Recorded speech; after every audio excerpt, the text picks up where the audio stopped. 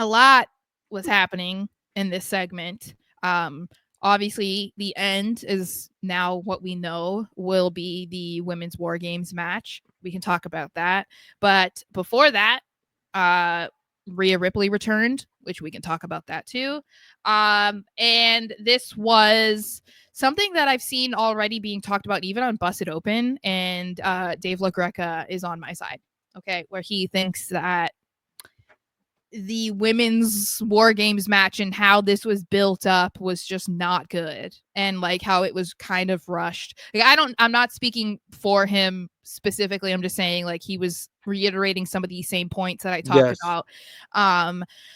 That it does just kind of feel like a jumbled mess. Like, even if people are excited about the end result, because now we know it will be Team Rhea versus Team Liv, how we got to this point didn't feel like that's what we wanted. Do you feel that way? Because I know that last week you kind of were like you were kind of okay with it, but not. So like now that you've seen it actually unfold instead of just reading about it or seeing pictures, like how do you feel? Do you agree that it kind of felt weird? After watching it, I realized we're a lot closer to War Games than I thought previously. Okay, so that It that plays a huge factor in this. I think that's Yeah, why I it feel that does. way, because It plays. we're what, 10 days out? Yeah, we are a lot closer, and it actually, I mean, it has to do with me believing Thanksgiving was coming a lot quicker than it is. You know, it's all about that because we get lost in the Bloodline War Mhm. Games match, and because of how long it's been building, you know, with the women's one, it has felt thrown together Mhm. when it really hasn't. It hasn't been completely thrown together. I mean, there's some connecting links there, and you know, there are different feuds going along with it that make it make sense for the women's war game match. However, it does feel thrown together because of the participants in it.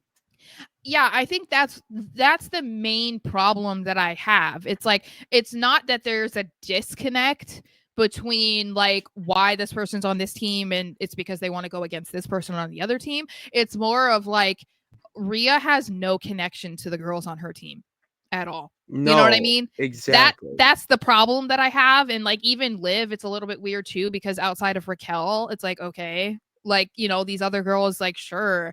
I think that's the problem, is that the it doesn't make a lot of sense with who's on the teams, like, and Hmm. who they chose to align themselves with, that there's no real connection between all of them, other than, yeah, it makes sense for these girls to be on this side because they're feuding with these girls on the other team, you know. So I feel like that could have been done better.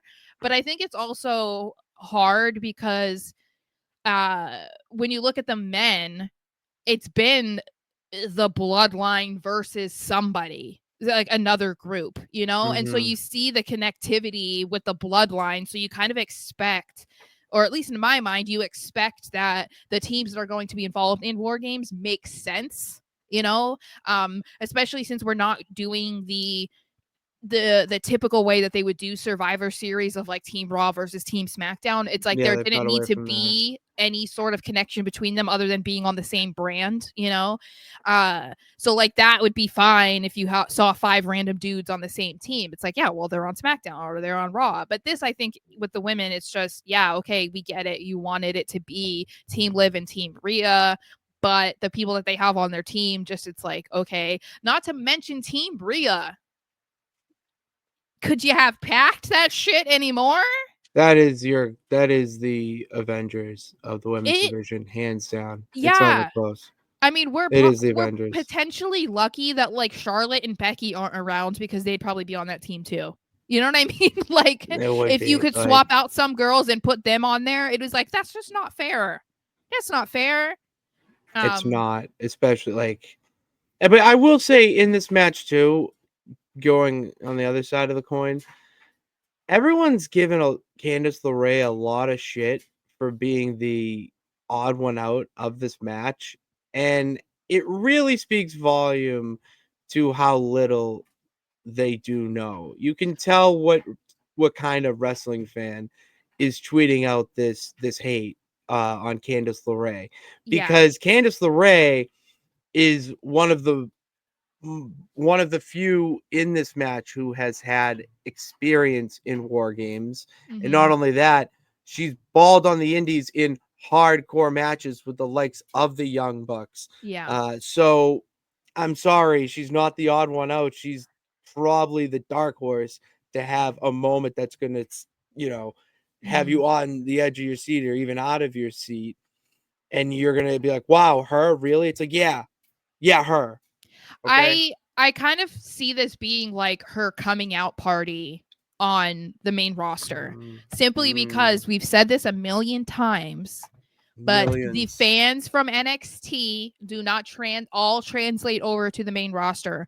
They don't. And even though there is it, we're in a weird era, because we've talked about this also, that wrestling fans are very smart. So, when a Very Nick smart. Aldis comes in, it's not like the majority of people have no idea who he is, because like he was just on Chris Van Vliet, and he was Yeah. talking about how it was just the anniversary match of him in a two And out of three Cody falls all match in. against Cody Rhodes. And this was like Yeah. a light bulb went off in people's heads, because they didn't know that he was a wrestler before he became the general manager on SmackDown.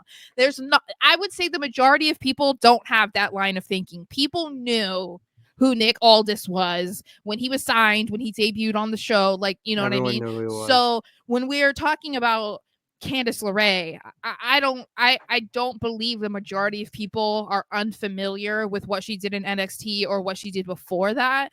But we're also not in that Smark era anymore, that was like in the 2010s, 20 teens, whatever, where it was like, if you didn't know the extent of this person's history before they got into WWE, you were such a loser. Like, we're not in that era. So we're like kind of in No. between it. So I think that this is going to be that moment for Candice, kind of similar to, I forget who it was last year that was in the women's war games match, that we were like, yeah, this is going to be their like coming out match. I can't remember who it was, but we can also talk about it with like Tiffany Stratton versus Becky Lynch in NXT. No one thought that she should be in any sort of extreme match, Tiffany specifically, and look at what she became. That was like Mhm. the launching pad for her to be on this path that Absolutely. she's been on. So